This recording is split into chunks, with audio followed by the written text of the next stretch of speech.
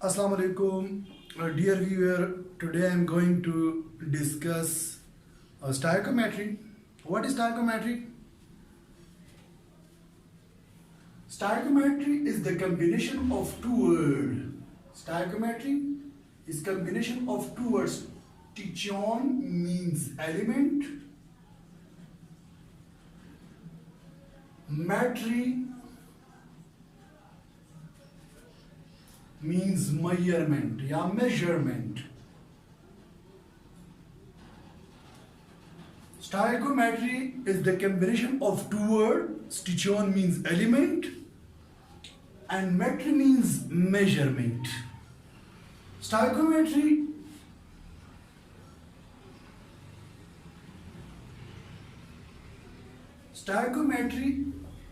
एक quantitative chemistry है, एक क्वांटिटेटिव केमिस्ट्री है।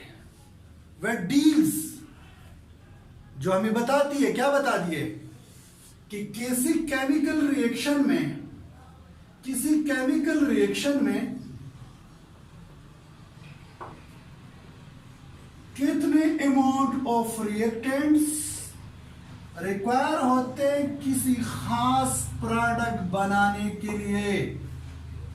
किसी केमिकल रिएक्शन में कितने अमाउंट ऑफ रिएक्टेंट रिक्वायर होते हैं एक खास प्रोडक्ट बनाने के लिए। तो मतलब है कि स्टोइकोमेट्री क्वांटिटेटिव रिलेशनशिप शो करता है, क्वांटिटेटिव रिलेशनशिप शो करता है between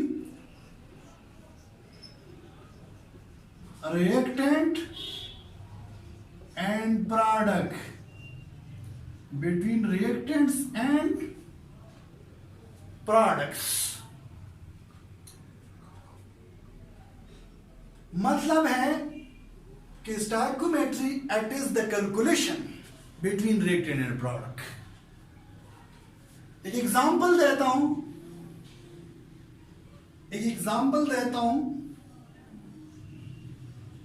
nitrogen molecule combine with hydrogen molecule to form ammonia।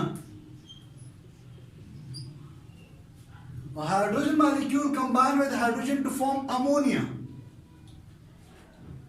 अब स्टोइकोमेट्रिक हमें क्या बताता है, ये कैलकुलेशन शो करता है कि भाई अमोनिया के बनाने के लिए कितने amount of hydrogen molecule require होते हैं, कितने अमाउंट में हाइड्रोजन रिक्वायर होते हैं ताकि वो 2 मॉलिक्यूल ऑफ अमोनिया बनाए। इसमें अमोनिया में 1 मॉलिक्यूल ऑफ नाइट्रोजन मिलता है 3 molecule of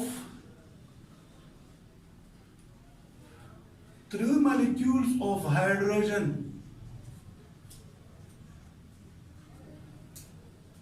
3 molecule of hydrogen के साथ मिलता है और बनाते हैं 2 molecules of ammonia. 1 molecule of nitrogen combined with 3 molecule of hydrogen to form 2 molecule of ammonia। एक और बात, ये तो हमने माइन्यूट तादाद में अमोनिया बनाने के लिए यही मेथड अप्लाई होता है। अगर इसको कसीर तादाद में, बहुत बड़ी तादाद में तैयार करना चाहे तो फॉर एग्जांपल मोलों की बुनियाद पर, एवोगैड्रो नंबर की बुनियाद पर, तो हम फिर कुछ यू लिखेंगे। For example 1 mole of nitrogen, क्योंकि नाइट्रोजन के आगे यहां पे 1 होता है। 1 mole of nitrogen react with 3 mole of hydrogen, ये आपस में मिलते हैं और बनाते हैं 2 मोल ऑफ अमोनिया। हम पार्टिकल की बुनियाद पर कैसे लिखेंगे? पार्टिकल की बुनियाद पर ये 1 है तो Na एवोगैड्रो नंबर, यहां पे 3 मोल है तो 3 multiply by Na Avogadro number, यहां पे 2 मोल है 2 multiply by Na Avogadro number. Avogadro number तो सबको पता है, वो कितना है? 6.023 मल्टीप्लाई बाई 10⁻23। अब इसके बाद अगर हम इसको एटॉमिक मास, मॉलिक्यूलर मास की बुनियाद पर ले ले तो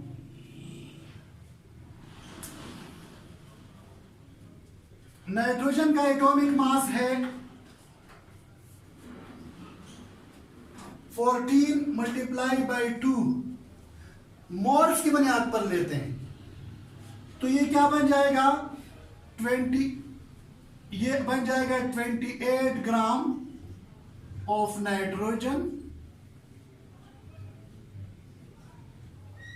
हाइड्रोजन का एटॉमिक मास है 1, लेकिन यहां पे 1 मॉलिक्यूल है और 3 हाइड्रोजन मॉलिक्यूल है, इसका वजन आता है एटॉमिक मॉलिक्यूलर मास या मोलर मास, मोलर मास आता है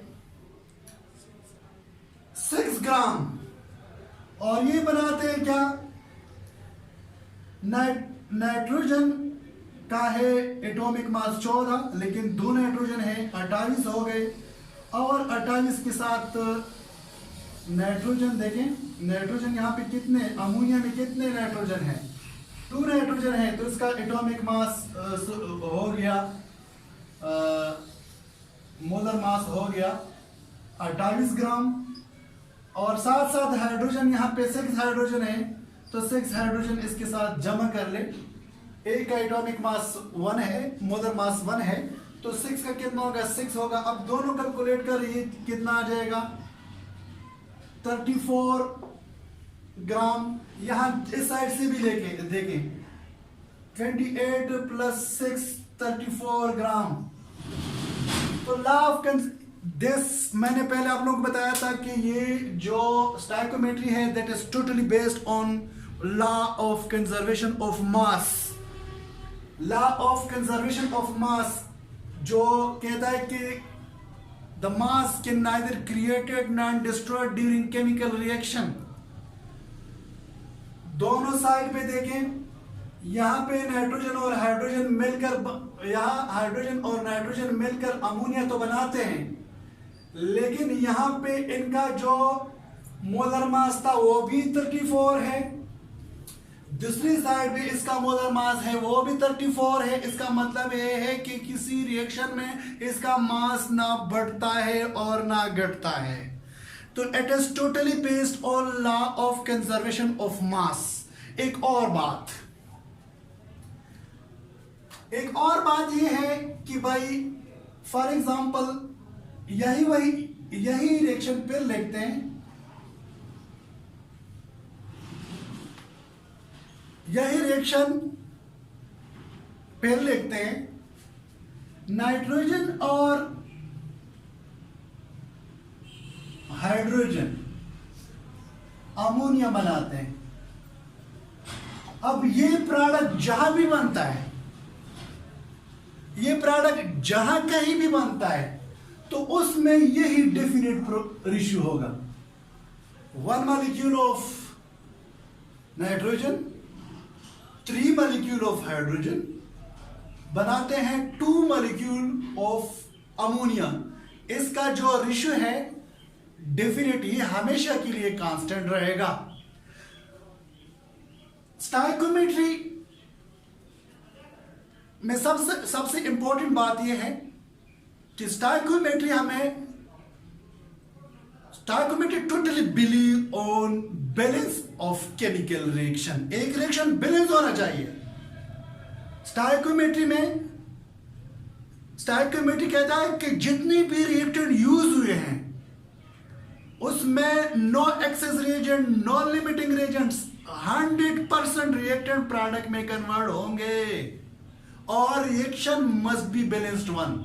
रिएक्शन मस्ट बी बैलेंस। ये रिएक्शन देखें, रिएक्शन बैलेंस है कि नहीं। एक और एग्जांपल देते हैं, सेकंड एग्जांपल देते हैं। फॉर एग्जांपल मीथेन है जो ऑक्सीजन के साथ मिलते हैं, कार्बन डाइऑक्साइड बनाते हैं और साथ साथ H2O, चूंकि ये कंबशन रिएक्शन है, साथ बहुत ज्यादा हीट भी पैदा होता है। ठीक, ये रिएक्शन बैलेंस नहीं है। मीथेन, अब ऑक्सीजन देखें, इस साइड पे 2, इस साइड पे 3, हाइड्रोजन यहां पे 4, इस साइड पे 2, तो ये रिएक्शन बैलेंस नहीं है। स्टोइकोमेट्री इस बात पे जोर देता है, बल्कि कोई रिएक्शन हो वो जरूर बैलेंस होना चाहिए। ये मैं नहीं कह रहा, ये स्टोइकोमेट्री कह रहा है कि रिएक्शन बैलेंस्ड होना चाहिए। अब देखिए यहां पे हाइड्रोजन, ऑक्सीजन बैलेंस नहीं है, हाइड्रोजन बैलेंस नहीं है, तो इसके आगे मैं 2 पुट करता हूं, यहां पे भी 2 पुट करता हूं, रिएक्शन बैलेंस्ड हो गया। रिएक्शन बैलेंस्ड हो गया। अब इनका ये रेशो जहां कहीं मीथेन और ऑक्सीजन मिलते हैं, मीथेन एक्सेस ऑफ हाइड्रोजन से मिला है, तो हमेशा के लिए बनाएंगे carbon dioxide 2 molecule of H2O। ये रेशियो कांस्टेंट रहेगा, ये डेफिनेट, इसमें एक डेफिनेट रेशियो होगा, वो डेफिनेट हमेशा के लिए कांस्टेंट रहेगा और रिएक्शन जरूर बैलेंस्ड होगा। This was all about stoichiometry. इसमें के बाद स्टोइकोमेट्री पे डिफरेंट न्यूमेरिकल्स आते हैं। स्टोइकोमेट्री की मुख्तलिफ किस्म की कैलकुलेशंस है, वो इंशाल्लाह इस पे कुछ न्यूमेरिकल्स भी है, वो भी इंशाल्लाह कर लेंगे। बाय।